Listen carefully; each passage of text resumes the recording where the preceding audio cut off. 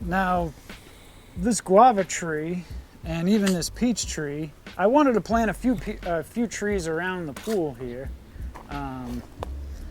because I guess I want to plant stuff that's not going to get too big and shadow everything behind it. But because, I mean, we've been here 2 hours now, we're just getting cooked in the sun. So I think there should be some shade for the beds behind us. So I mean, I don't expect this thing to produce a ton of shade, either the peach tree either, at least in the next couple years. But yeah, I mean, this guava will become a large tree eventually and produce a lot of shade, but it could be towards the back of this bed, like maybe in this back corner here, because then the shade that it's casting isn't really on any immediate growth. Right. And then the peach trees, they are very small right now, and it'll be a while before they start casting any substantial shade. But once they do, they're going to lose their leaves in the winters. And so you can create, kind of a dynamic where, you have this tree here, it's casting shade in the summer, and then in the winter, it drops its leaves, opens up the soil to a lot of light, and then you can grow, winter annuals around that tree because it's now full sun. The only thing also to consider is it will drop its leaves, and so you might not want it hanging over the pool, right? Because it would, drop all those. Right. It'll also drop fruits, eventually. Sure. Now this is a chlorinated pool, so is there anything we need to be concerned about as far as like chlorine being this close to any of the plants? I mean, we're not in here, splashing around or with that would be the only concern. Waterfalls. If you're splashing water onto them, that could be a problem. But there's like in a ideal pool, the water is not leaching out into the soil around it. Is that happening here? I don't know. But yeah. But typically it's not like a concern that you need to have.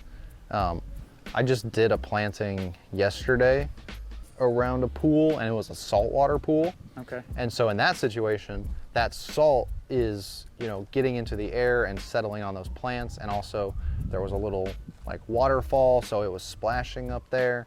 And so for that planting, what I did was specifically chose salt tolerant native plants. So these are things that, can take that kind of, right. salt spray. Okay. Also, this strawberry tree you have here, yes. They get massive and they grow very fast. So definitely when you plant that, the avocado, you will probably never see it at its mature height because it'll take 50 or 60 years, if it gets there.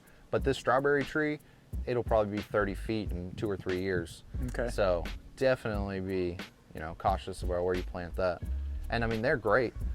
If you plant it on the edge of this fence, you'll be able to have cherries for yourself and your neighbors and the whole neighborhood. It'd be a nice shade tree. I was even wondering if I should just get a large pot for it, like a 25-gallon pot to keep it in, instead of planting it in the ground where it's gonna get so big that it's not controllable. You can definitely do that. A 20, like that size pot, you could grow this tree out in. When you're growing a perennial plant long-term in a pot, one thing to consider are the roots and the type of pot you choose. So in a pot like this, a plastic nursery pot, the roots are going to grow out to the edges and hit that curve, and then they're going to start to grow around the edge of that, because in their spatial reasoning, they're still progressing along, they're still growing, but really they're just becoming root bound in that pot. And so if you were to grow out a tree for many years in a pot like that, you would need to take it out of the pot occasionally, and well, you could either put it in a larger pot, but if it's in a 25-gallon, there's really not many places to go from there. Right.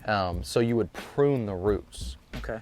You take the tips off that are starting to, reach the edges of that pot, and then at the same time, you want to take a proportionate amount of material off the top of the plant. So, you know, if you were to take off 10% of the root system, you then want to take off 10% of the above ground growth of the plant, so it's not having to work harder to get, you know, nutrients to those higher places. And the other option to that is to get a woven pot, and it's made out of a mesh, like an interwoven fabric, where air is able to pass through that mesh, and the roots are also able to grow into the mesh. And so what happens, the roots will, instead of growing along the side of the pot, they'll start to grow into the wall, and then at a point reach that air layer. And when roots are exposed to just you know, the atmosphere, they will die off.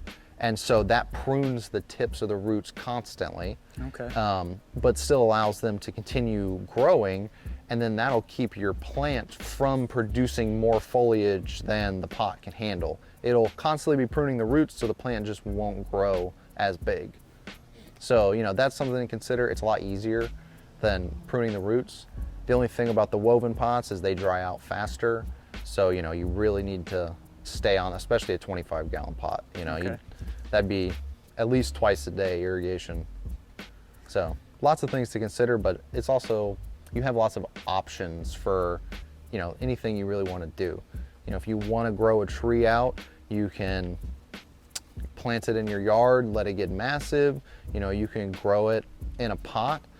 Some trees you can even, you know, grow inside your house. You know, a lot of citrus are really good just as a porch plant if you don't have a lot of space. You know, you put a Meyer lemon in a pot, it stays small, and, you know, as I've said, citrus really prefer a bit of shade, and so, you know, not being out in the full sun, you know, they can thrive in that. Okay. Is this something that can be pruned down? Yeah. Okay. Yeah, it is a very fast growing tree. You could cut all this off and it would shoot right back up. I mean, you can see, like, down here it's starting to bud. Right. So regardless of what you do with this, I would give this a good prune, just with the size of the pot that it's in now. Right. You know, taking off, you know, a lot of these top branches, letting it put some more strength in the trunk, because it is, you know, it's a small trunk for such a large plant right now, and that's because the roots aren't really able to get any, you know, size on the root system. Right. So where would you prune this?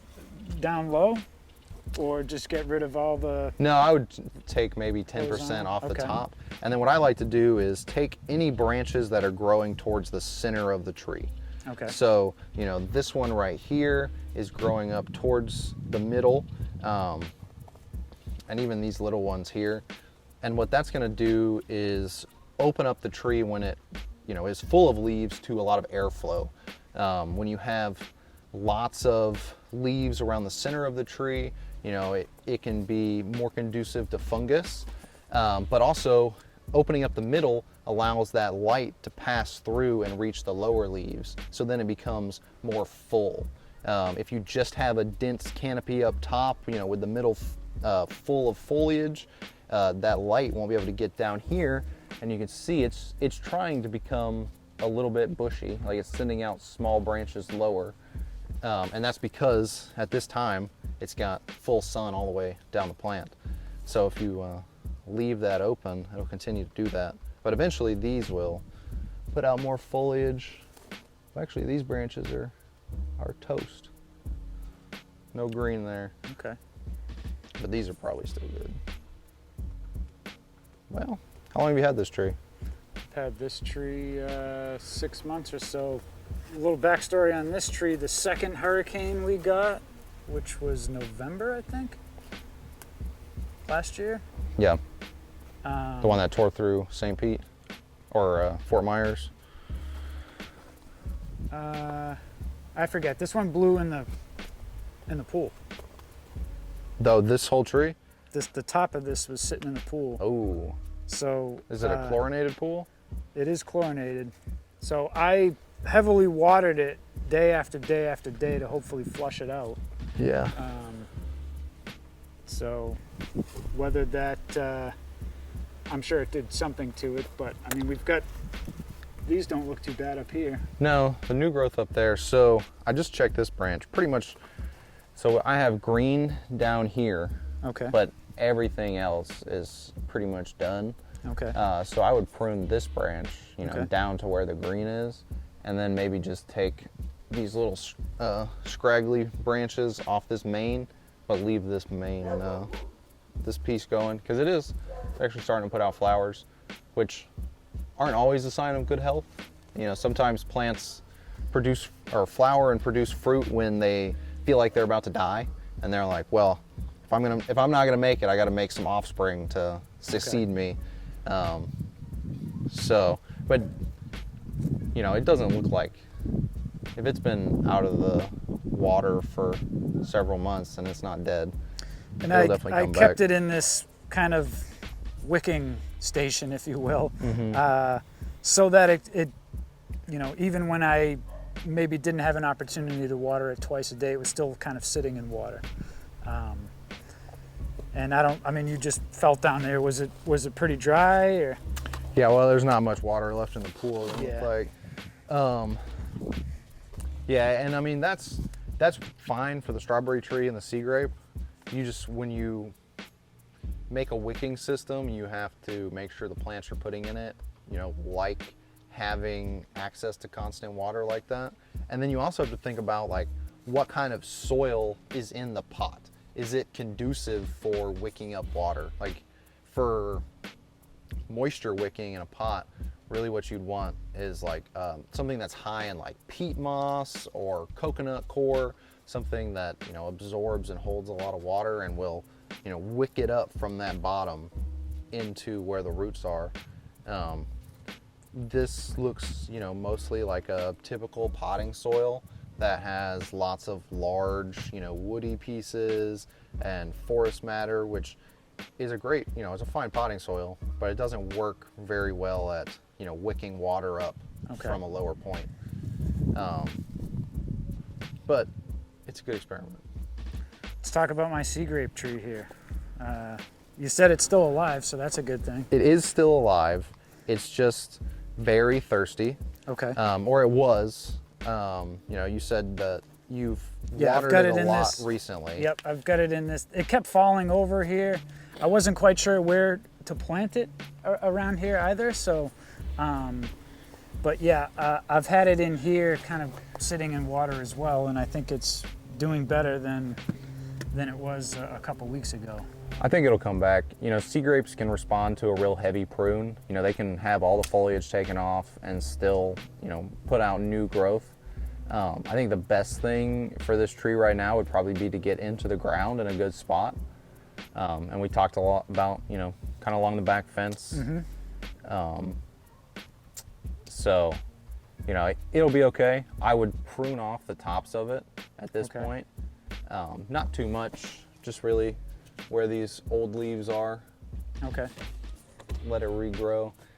Was this growth that was on there already, or did that emerge since you've been, giving it more water?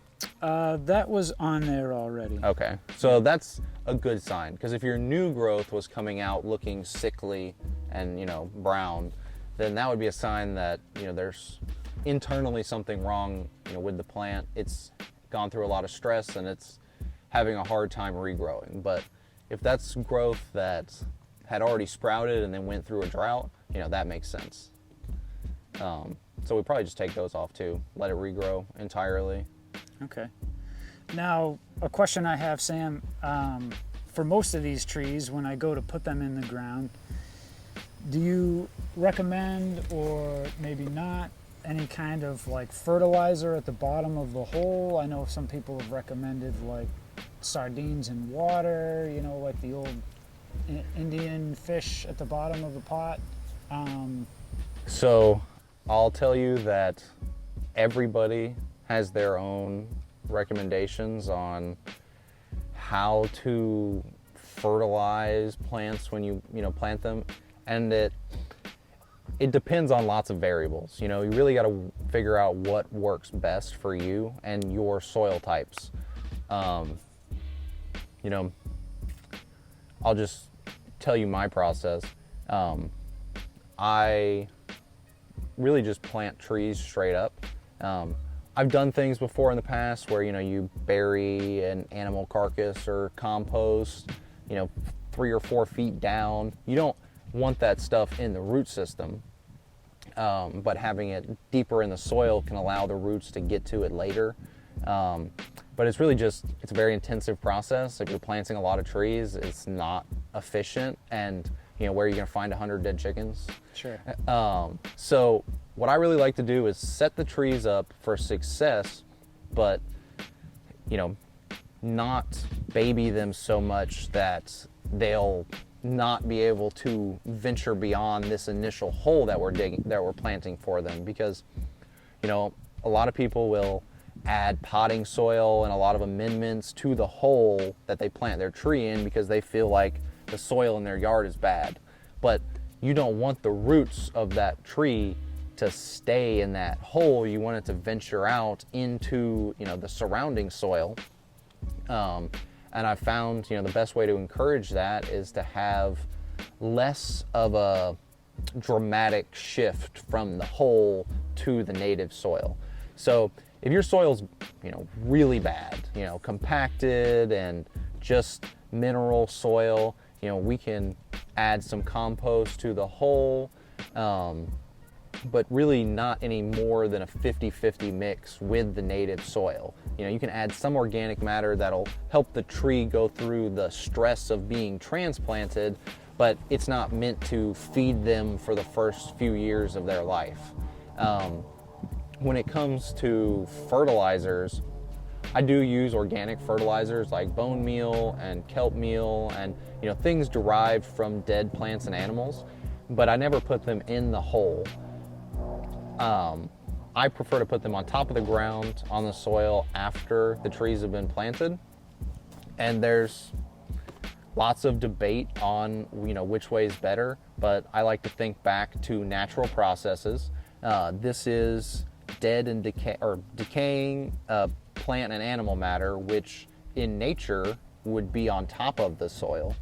And you don't typically find, you know, bone powder just down 6 inches into the soil profile. And that's the reason that, you know, it sits at the top, is because those organic fertilizers are not feeding the plants directly. They are feeding microbes and worms and, you know, different arthropods at the surface level, which are then, you know, digesting that material and, you know, bringing it deeper into the soil profile in a form where plants can take it up from their roots. So when you're using organic fertilizers, it's not like you're feeding the plants with what you're putting down. You're feeding the soils, and then the soils are feeding the plants. So you don't necessarily need to put the, you know, fertilizers right at the roots, because that's not what the roots are accessing anyways. You want to put it where those organisms are that are processing those fertilizers. So that's why I put it at the top of the, you know, the soil after I planted the tree. But the other important thing, like when you're planting, you want to make sure everything is well watered. You know, you want to water this root ball very thoroughly, so it's, you know, full of moisture. The plant has all the moisture it needs to begin that exploration into its new area. And then you also want to make sure that hole that you're planting in has been watered thoroughly before you put the tree in there, so that, you know, there's water outside of the root ball for the roots to reach into. That's the cutting? Yeah, it's still green. I don't know if I... Is this a new cutting? I'd say it's less than a year old. Oh. But more, all right, so at least several months? Yes, yep. Well, it definitely needs more water. Mm-hmm. It's probably getting too much sun. Okay. Like, it's lost its leaves because leaves are the part of the plant where the water gets expelled from. And so in a situation where a plant cannot take, you know, more water up from its roots than its leaves are letting go of, it'll just drop its leaves. And then also moringas are susceptible to frost. It's got a little bit of new growth right there. I wonder if that's new. But definitely more water. Maybe take it up by the house in the shade. Okay. This one's still got its leaves. Still real dry. Definitely needs more water. It looks like there's worm castings in this pot actually. Okay. But it's still hanging in there. Really, I just get these in the ground. Some purslane growing up through the side of that. Now these want some shade too? No, moringas like full sun. Full sun, okay. Yeah, they're an African tree. They're from West Africa. So they can actually handle drought. And what they'll do in those drought situations is drop their leaves and, you know, keep their roots alive so that when the water comes back, then they can, you know, sprout new growth.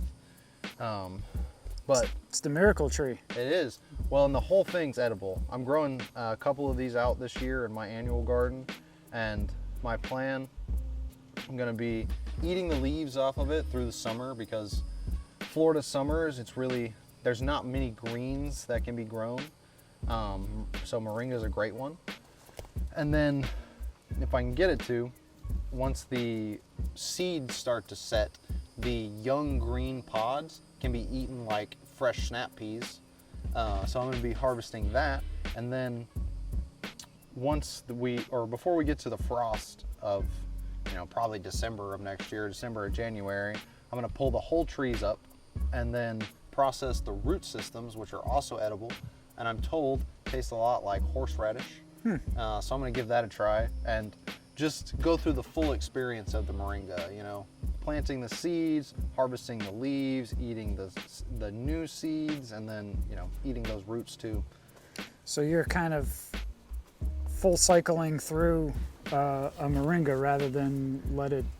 Right, I'm growing it as an annual instead of a perennial, just because my garden, I'm limited on space. I'm not gonna grow moringa there forever. And I just wanna, you know, I'm testing them out this year. I mean, I've seen these things 25 feet tall. Well, they'll get that tall in 2 years. Even the one that the guy has around the corner, you can see he's cut it easily 20 times and it still has dozens of branches coming out of it. So what I recommend to people growing moringa, because you're typically growing it for the leaves if you're growing it for harvest. And so if you just let it grow, those leaves are going to be out of your reach within a year. And so what I tell people, when they get, you know, about this tall as this steak, cut off the tops, you know, harvest any leaf matter that's up there and, you know, take that. But then that's going to cause the plant to branch out, just like we were talking about with the loquat. And then the more branches you have on the tree is more leaves, more harvest. And then it keeps it more as like a compact shrub, which has lots of, you know, foliage to take from, and it's all within your reach, rather than, you know, letting it get 15 feet high and then climbing up there with a ladder. And for what I'm doing, when you cut the top, it puts more energy into the base, so it makes that, you know, that root system a lot hardier, which will give me a better harvest when I do. Oh, you got a loquat tree. Love loquats. Ooh, it's starting to fruit. It looks like it's been fruiting. Wow, that's the first I've seen it. There's some back here too. I was gonna graft some of my neighbors on there, but now that I see it. Made. Same thing, should I prune some of the interior? Yeah, like these branches right here, I would take these off. Really with a loquat tree, you want to make it kind of an umbrella. So, you know, branches going out and to the side are what you want. So even like these top growths where it's starting to go straight up, taking those off will cause it to, you know, send out a side shoot, kind of just like that's what they've done here. Like at some point, this was pruned, like right at this point, and then that caused it to shoot up, you know, these 4 or 5 branches out the side. And then it continued to go straight later on, but you just end up with more branches, which leads to more flowers and more fruit. So would you cut this one off? I would cut this one off. So this one is kind of going to the side. Okay. And with pruning, it's kind of like, you know, it's sculpting. The tree wants to have a specific growth habit. You want the tree to have a specific growth habit.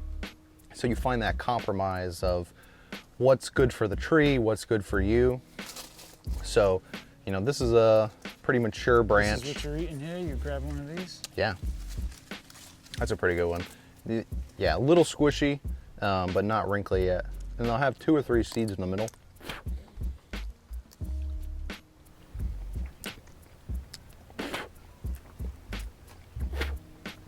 They make great jelly. How hard are these to grow from seed? Really easy. Really. Loquats are probably the easiest tree to grow in Florida. They'll grow pretty much through the whole state. Once they're established, they don't really need care. Like I said, you know, you can prune them into a specific shape, but if you don't prune them, they'll just grow happy enough all on their own. And they produce just incredible crops of fruit, and it'll go on for about a month, and you know, you'll get thousands, so many loquats that, you know, you'll certainly get some away from the animals because even the squirrels cannot eat them all. Yeah, loquats and mulberries are the easy, low maintenance, productive trees that I recommend to everybody in Central Florida, because you can plant them and then really not worry about them as long as you're okay with them just growing how they want to grow. And then they will produce for you, you know, year after year and very soon after they've been planted. Loquats are also, you know, the fruit is delicious and I love that, but the leaves make an incredible herbal tea. It's a great taste, and there's a lot of, you know, compounds in there that are good for your gut. So, you know, even when it's not producing, because it does only fruit once a year, it's still a, you know, a valuable resource to you. Interesting. And it makes some good compost too. It does, and yeah, as those leaves fall, you know, that's really what you want, especially in Florida. You know, if you lived in the Midwest in a prairie, you know, you wouldn't necessarily need to have leaf litter to cover your soils, because that's just a different environment. But here, where, you know, the soils only a couple hundred years ago were forested and covered in dense litter, you know, they're not in a state where they can just be grasslands and covered with thatch and, you know, other types of dense perennial, you know, full sun species, because those species don't exist here. People bring them in and think that will solve the problem, but, you know, they grow in soils that have lots of organic matter, and, you know, that's not Florida soils. You know, you can amend your soil state really to be what you want it to be. You know, you can bring in lots of things. It's all about how much input are you willing to put in. And for me, you know, I think the best systems require the least amount of input from me as a person, because, you know, I'm not a plant, I'm not soil, I'm not the forces that are growing these things. And so, you know, I just try to guide those processes in a way that, you know, works with me. You know, I could just let my yard grow and be wild, and honestly I'd probably be happy with that, but nobody would ever come over and nobody would ever want to walk through. So we just find that middle ground of what's livable and comfortable as a human, but still just abundant and beautiful and bountiful in the, you know, the natural plant and soil world. So this is almost 4 years old. It just started. This is the first time it started fruiting. So nice, and it looks great. It's definitely got, you know, a little bit of insect damage, but you look at the new growth, and it's beautiful. Awesome. This is the first time I've seen the fruits on here too, and definitely enjoy them while you can. Yeah. Well, that one was nice and sweet, and my girl, she didn't think they were that sweet, so I'm gonna have to. If you eat them when they're not ripe, they're very sour. Okay. And some people like that. And But these are all ripe. I mean, this one maybe. Oh, that's just rotted. Yeah, that one's not good. Yeah. Honestly, none of them are getting to like their full potential. Okay. Once they start to, you see those cracks on them, they basically ripened up as much as they're going to. Okay. And then they'll start to shrivel. So like, you know, that one shriveled up, but there's a few in the back there that look really good. Cool. Thank you for watching Mike's in the Garden. To check out all of our clips and videos with our walk and talk with Sam Igo from Central Florida Abundance, click on the link in description below. We have a whole playlist. And please feel free to comment with any questions, reach out to Sam, and please like and subscribe. More great content from Mike's in the Garden and my Central Florida Food Forest. Peace and love, everybody.